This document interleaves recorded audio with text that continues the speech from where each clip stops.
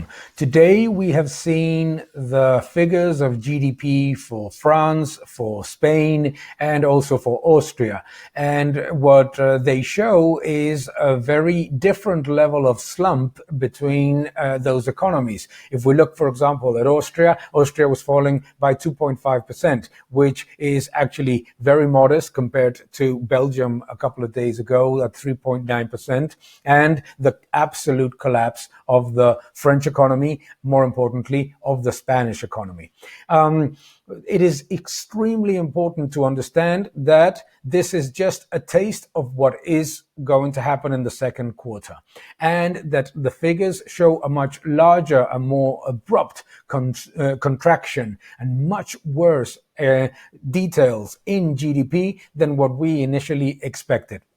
In the case of the collapse in France and the collapse in Spain, particularly in Spain, one of the things that strikes the most is the fact that the economy was already contracting in February in some levels. So gross capital formation, consumption were already weak in February. However, what is absolutely amazing is that at the same time, in only 2 weeks of lockdown, the economy has contracted by about 33%.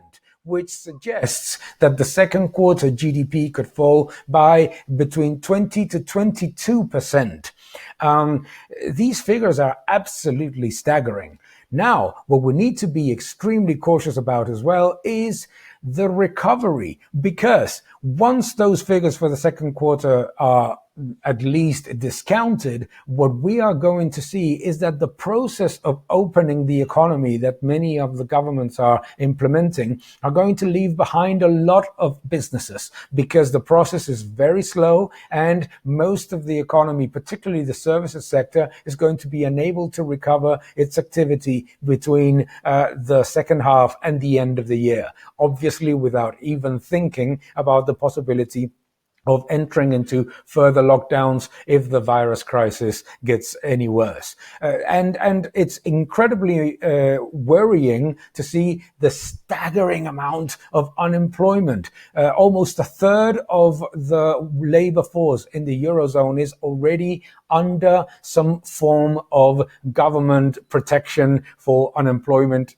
be it temporary or cessation of activity. This is also a very, very important bellwether for the recovery, because if unemployment is not recovered quickly, which is very, very difficult in the Eurozone because of the rigidity of the labor market, because of the collapse in gross capital formation and businesses that are closing almost every minute, it is also very difficult to believe that consumption is going to come back as strongly as it came in 2019. Let's remember that the services sector, particularly travel and leisure, generated almost 37% of the growth in the Eurozone economy already in 2019. As such, that sector can be forgotten. We can also forget the export sector as the economies globally weaken and we see worse trade. And we also must forget a radical or quick improvement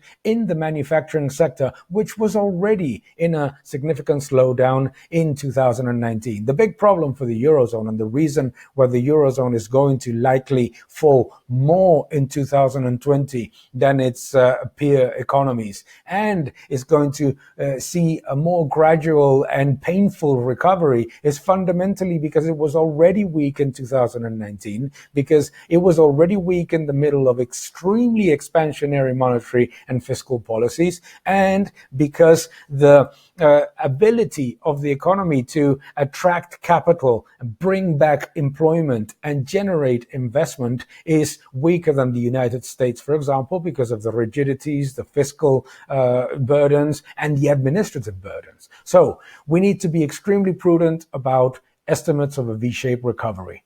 If there's anything that we've learned from this process is that the first quarter is showing us that the collapse is much larger and much deeper than what we initially expected, even being moderately bearish.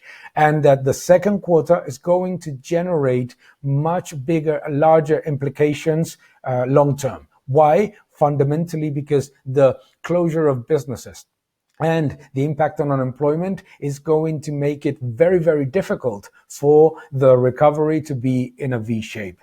We see that, for example, according to capital economics, an economy like Spain is not going to recover its GDP until 2022. That the unemployment cannot be recovered as quickly as in the United States, where 1 month of losses can be recovered between 1 and 3 months. So, let's be extremely prudent, and it's very important right now that governments take action to understand that this is not a short-term crisis that can be addressed via government spending and taking more credit, that they need to implement immediately supply-side measures to allow the sectors to hibernate and to allow businesses to recover at least some of the employment as quickly as possible and attract investment. Thank you very much.